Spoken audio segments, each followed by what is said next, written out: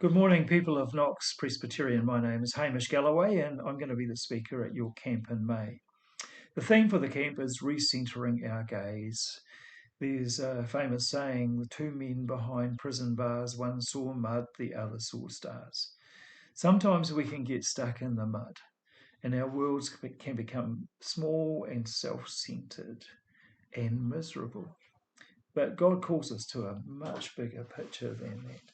One of the people who's a real hero of faith for me is the Apostle Paul. And he certainly had this bigger picture of God's plan and purpose in our lives and how he wants to fulfill that. I'm going to be looking at Ephesians chapter 1, and there's a passage there in Ephesians chapter 1 which has got a lovely threefold movement. Firstly, it talks about the plans that God put in place before the foundation of the world. And so right from the beginning, God had a plan and a purpose for all creation and for us. Secondly, I'm going to be looking at the end of the passage, which talks about in due course those plans will come to fulfillment. And so that's about hope and purpose. And those plans, not just for all creation, but for you and for I and for the plans God has for us. But also, right at the center of this passage, it talks about Jesus Christ, the one that we should focus on at the center of all of this.